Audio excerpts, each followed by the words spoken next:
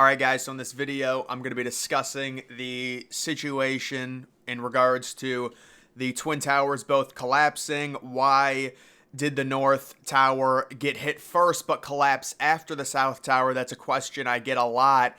And I made this easily digestible diagram here to kind of show what's going on, and then we'll talk about the interior design of the Twin Towers, the open floor plan.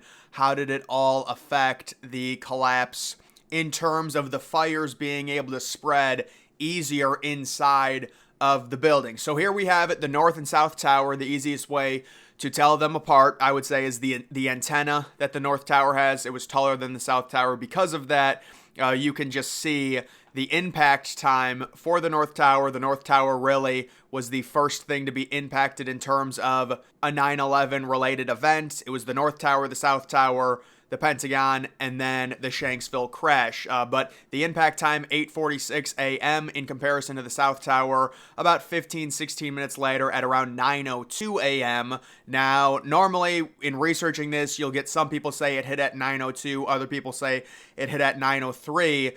Technically, it did hit at 9:02 a.m. and 59 seconds, so basically 9:03 a.m., but technically 9:02.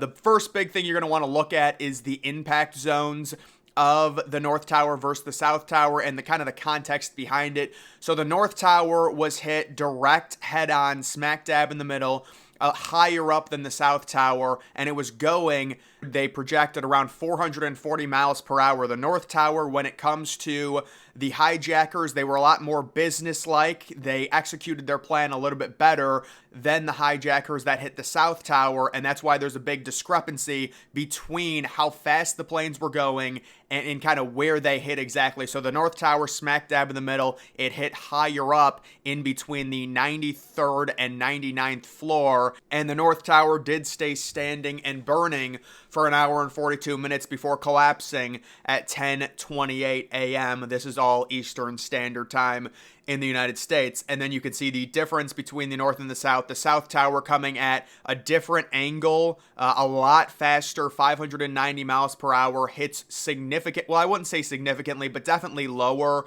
Virtually, you can say 16, 17 floors lower, the impact zone, floor 77 to 85, and it stood for less than an hour, just 56 minutes, collapsing just before 10 a.m. at 9:59 a.m. You did have that rare 27-minute window in between the South Tower being down and the North Tower still being up. Now, when it comes to photographs, it's very hard, well, it's basically impossible to find photographs of the North Tower just standing with the South Tower completely collapsed because of the amount of dust, the amount of crap that was kicked up with a massive structure like that collapsing. It would have taken hours and hours and hours for the smoke clouds to clear to where you would just be able to see the North Tower. But there is a crazy story. Someone took a photo right before the North Tower collapsed of only the North Tower standing, and the smoke like within the area was kind of clearing, and you could kind of see it. I might do another video on that, but that's just kind of the idea. That's hopefully an easily digestible little visual that I made on the collapse of the Twin Towers. Now, when it comes from a structural standpoint,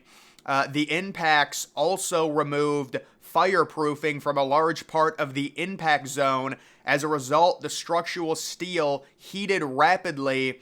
This had a number of results. Core columns were weakened. The North Tower lasted 46 minutes longer than its twin, having been struck 17 minutes before the South Tower was attacked and standing another half hour after the South Tower collapsed. This was because Flight 11 had struck more or less in the center, causing a more symmetrical impact damage to the North Tower's core and leaving more of its structure support intact. The fires also took more than an hour to spread to the south side of the building. Traveling around 440 miles per hour, Flight 11 crashed through floors 93 through 99, leaving only 10 floors worth of structural weight pressing down on the damaged, burning section of the North Tower, as opposed to Flight 175's much higher impact speed, which inflicted structural damage even more catastrophic than Flight 11's, which was compounded by the plane slicing through the southeastern corner rather than the center, unbalancing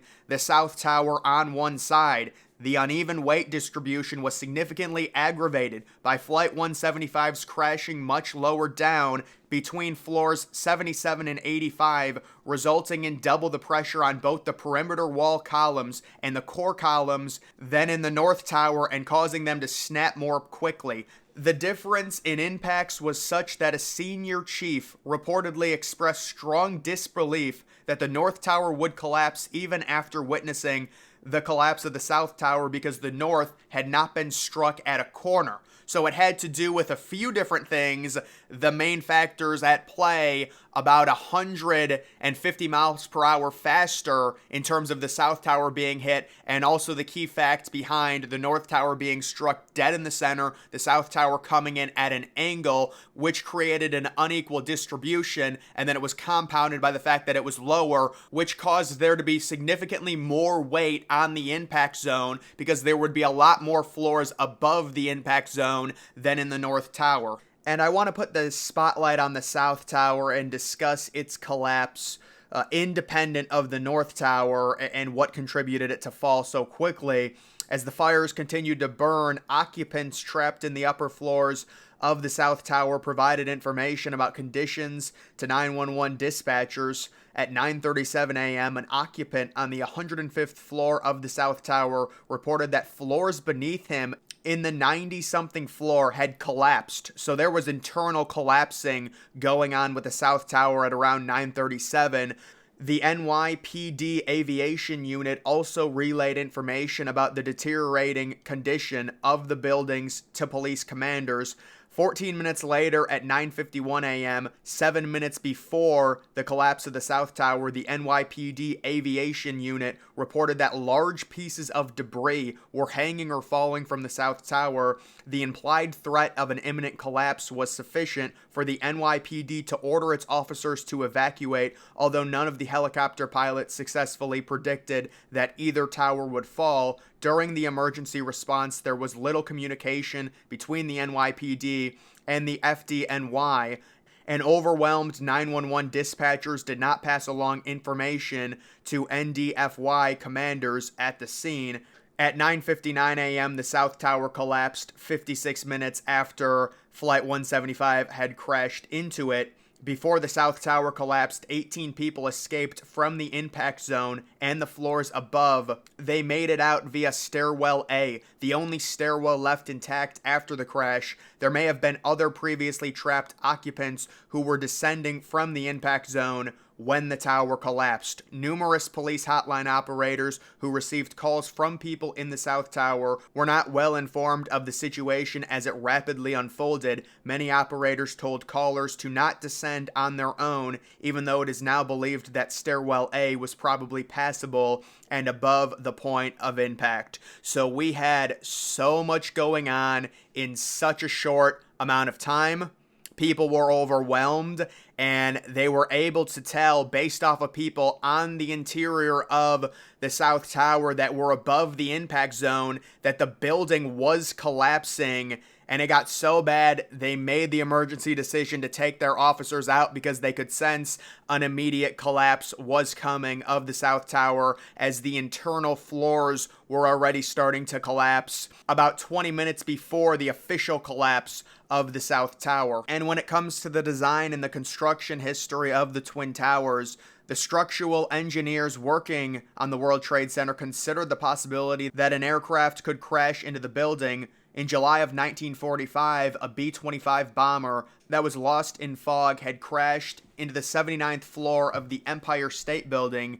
One of the chief engineers working on the design of the World Trade Center said that he considered the scenario of an impact of a Boeing 707, which might be lost in fog and flying at a relatively low speed while seeking to land at either JFK or Newport airports. In an interview with the BBC 2 months after the collapse, he said, quote, "With the 707, the fuel load was not considered in the design. I don't know how it could have been considered. He also said that the main difference between the design studies and the event that caused the towers to collapse was the velocity of the impact, which greatly increased and absorbed energy and was never considered during the construction process. Yes, so the idea that the towers weren't safe is the exact same argument, and it's really an interesting comparison. It's like saying the Titanic wasn't safe. No, the Titanic was one of, if not the safest ships in the early 1900s. It was a freak accident. It got hit right in the perfect area,